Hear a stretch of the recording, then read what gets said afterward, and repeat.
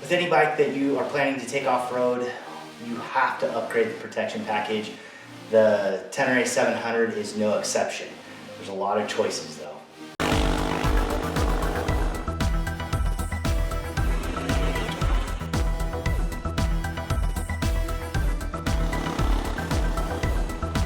Hey, how's it going? Welcome to my channel. If you are in the market for a Yamaha Tenere 700, or maybe you already have a Yamaha Tenere 700, you know that it needs a replacement skid plate and some sort of protection package. And this skid plate it's super thin and it has to be replaced if you're going to take this bike off-road. Now, the Tenere is a super popular bike, so there are a lot of choices for skid plates for this bike. You can get something like the GP Mucci skid plate, which is like a rally type of skid plate where you really don't need crash bars because of the protection it provides. And then you can even go the plastic route and go with an AXP Racing skid plate that wraps around and tries to add some extra protection. It's super thick and it's apparently pretty strong. But what I was seeing when I was looking for a skid plate for this bike is a majority of the skid plates use the existing mounts that the stock skid plate uses. So there's 4 mounting points on the rail that goes on the frame, and some of the skid plates, the screws actually stuck out where it could be something that's drug along the rock and it wasn't protected. I didn't really like the idea of using the existing mounts.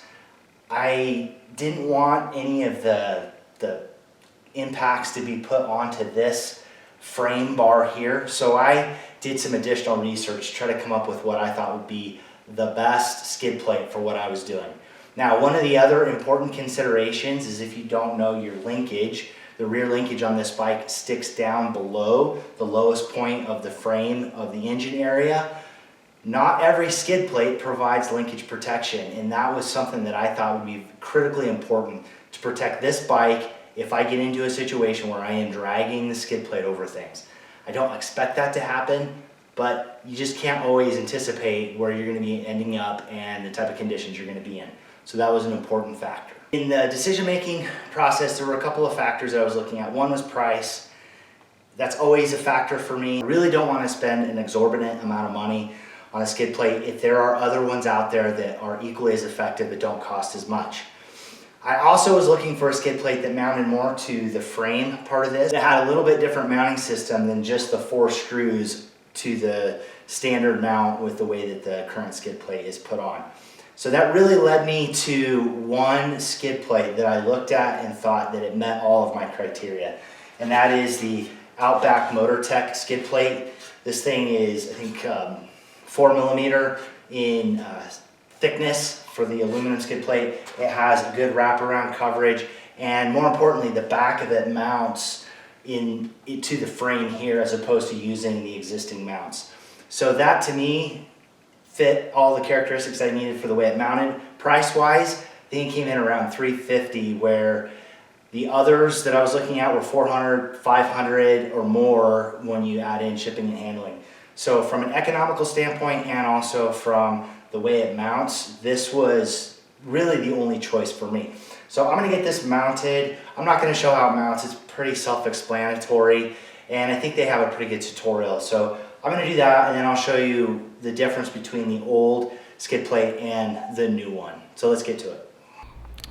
Outback Motortek skid plate is in place. It is not tightened up, and I will get to that here in a minute on why that has not happened. But I fit it. It definitely provides a lot more protection than the stock one that Yamaha put on. I do understand why the manufacturers are not putting on the most highest quality of skid plates and other accessories. Part of that is it would drive the cost of the motorcycle up, and the other part of that is the manufacturers are trying to keep the aftermarket companies busy and keep that aftermarket robust. And by putting a over-engineered skid plate on there, well then companies like Outback Motortek don't have anything to do. And for those of us that like to wrench on our bike, like I really enjoy doing, then we miss out on getting to do things like that. So this is stage 1 of my protection package for the Yamaha Tenere 700. Now you're probably already thinking, I am gonna go to crash bars, but I'm not doing the Outback Motortek. I have a little bit of a surprise that I will get into in the next video on what I'm gonna do for protection. So stick around, catch the next video if you're interested in that. If you stuck around to the end, you understand that this is probably one of the better options because of the way it mounts with the bracket that goes underneath. And price-wise, it's pretty reasonable if you look across the board. Anyway, if you haven't done it yet, do that thing down below. Thanks for watching. Get out, do some riding, ride safe, and I will see you out there.